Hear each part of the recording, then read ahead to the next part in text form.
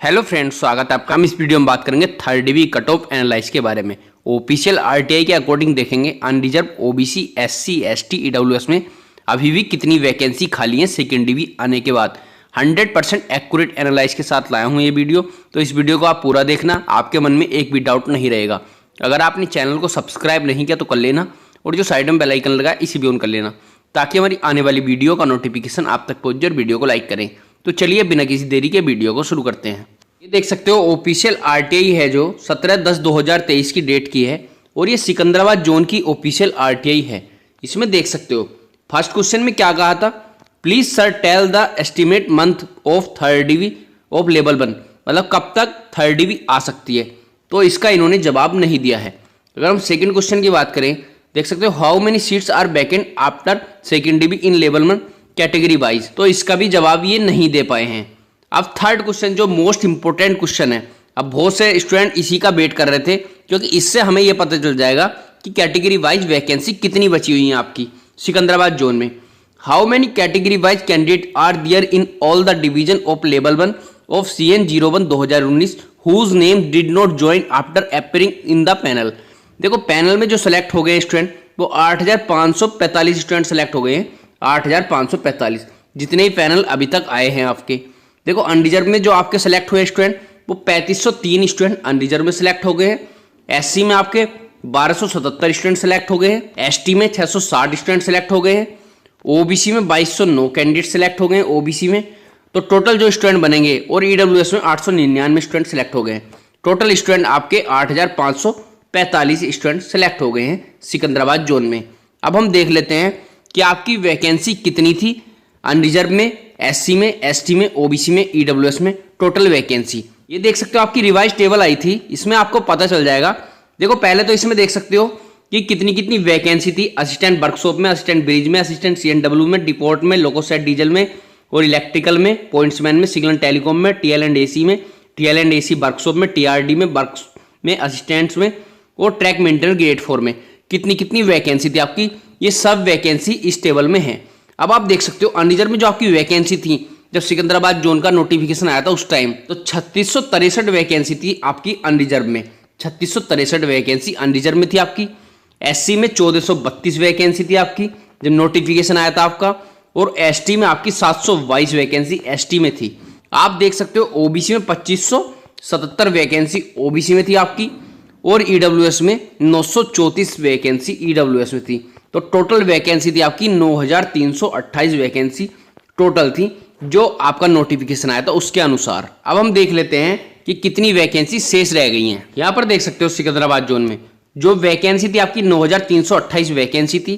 Call for deep में जो student लिए थे आपके वो 9303 कैंडिडेट कॉल फॉर डीप में लिए थे। पैनल में सेलेक्टेड जो स्टूडेंट हुए हैं आरटीआई के अकॉर्डिंग वो 8545 कैंडिडेट सेलेक्ट हो गए हैं आरटीआई के अकॉर्डिंग। मैं पैनल भी दिखाऊंगा टोटल पैनल में कितने सेलेक्ट दिखाए थे, लेकिन जो आरटीआई में जवाब आया है वो कुछ अलग ही था। 8545 का जवाब आया है, जैसे कि मैंने आपको ऑफिशियल आरटीआई दिखा भी दी है।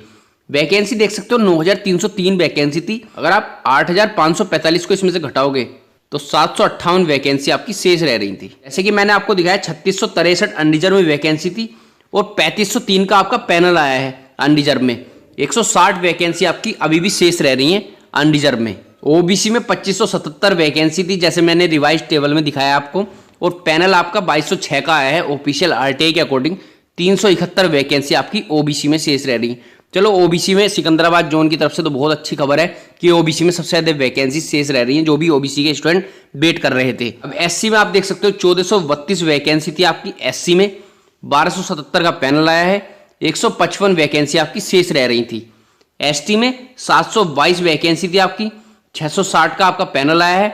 62 वैकेंसी आपकी शेष रह रही हैं। ईडब्ल्यूएस में देख सकते हो 934 आपकी वैकेंसी थी। 899 पर आपका पैनल आया है। 35 वैकेंसी आपकी इसमें भी शेष रह रही है। 35 वैकेंसी थर्ड डी वालों के लिए, तो ये बहुत अच्छी अपॉर्चुनिटी है स्टूडेंट के लिए। और टोटल स्टूडेंट सेलेक्ट हो गए हैं 8545। अब हम पैनल के अकॉर्डिंग और देख लेते हैं कि पैनल के अकॉर्डिंग इन्होंने कितना डेटा दिया था। ये देख सकते हो सिकंदराबाद जोन का मैंने चार्ट खोल लिया है। वैकेंसी जैसे कि मैंने आपको बताया 9328 थी।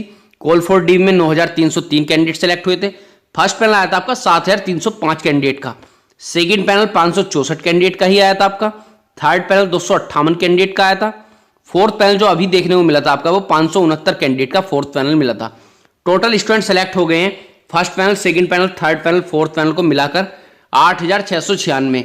लेकिन जो इन्होंने बताया ऑफिशियल आरटीआई में 8545 कैंडिडेट बताए हैं, तो इसके अकॉर्डिंग हम ऑफिशियल आरटीआई के अकॉर्डिंग सही डेटा मानेंगे और पैनल के अकॉर्डिंग कुछ घट जाते हैं, कुछ बढ़ जाते हैं, क्योंकि बहुत से स्टूडेंट ऐसा होता है डीबी देने नहीं जाते, बहुत से स्टूडेंट मेडिकल में फेल हो जाते हैं, अनफिट हो जाते हैं, तो वो सभी का डेटा हटाकर आरटीआई में दिया जाता है जवाब। तो 8545 है आरटीआई के अकॉर्डिंग। लेकिन हम पैनल के अकॉर्डिंग देख रहे हैं तो 8696 का डेटा था जो स्टूडेंट सेलेक्ट हो गए थे पैनल में। अब यहाँ पर देख सकते हो 9303 वैकेंसी थी, अगर 8696 को घटाओगे तो 607 वैकेंसी आपकी शेष रह रही थी पहले, लेकिन अब आपकी 700 प्लस वैकेंसी शेष रह रही हैं। सेकेंड डिबी 451 कैंडिडेट पर आई थी आपकी सेकेंड डिबी, सिकंदराबाद जोन के जितने भी स्टूडेंट वेट कर रहे हैं तो 451 कैंडिडेट पर आपकी सेकेंड डिबी आई थी, तो बहुत अच्छी अपॉर्चुनिटी है। अब हम देख लेते हैं दोबारा से उस टेबल को। यहाँ पर देख सकते हो 758 वैकेंसी आपकी शेष है। अब आपकी थर्ड डीबी के लिए तो बहुत अच्छी अपॉर्चुनिटी है, लेकिन मैं आपको बता दूं आपकी फोर्थ डीबी के लिए भी बहुत अच्छी अपॉर्चुनिटी है। जो भी फोर्थ डीबी वाले वेट कर रहे हैं स्टूडेंट, कंफर्म है third dB, fourth dB, 5 dB आनी है। अगर आप 1-2 नंबर से भी रह रहे हैं तो भी आपका सिलेक्शन हो जाएगा 110%। बिल्कुल भी घबराने वाली बात नहीं है। जो भी सिकंदराबाद जोन वाले स्टूडेंट है उनका सिलेक्शन हो जाएगा। और आपकी थर्ड डीबी कब तक आ सकती है? देखो आपकी थर्ड डीबी जो है वो नवंबर तक देखने को मिल सकती है।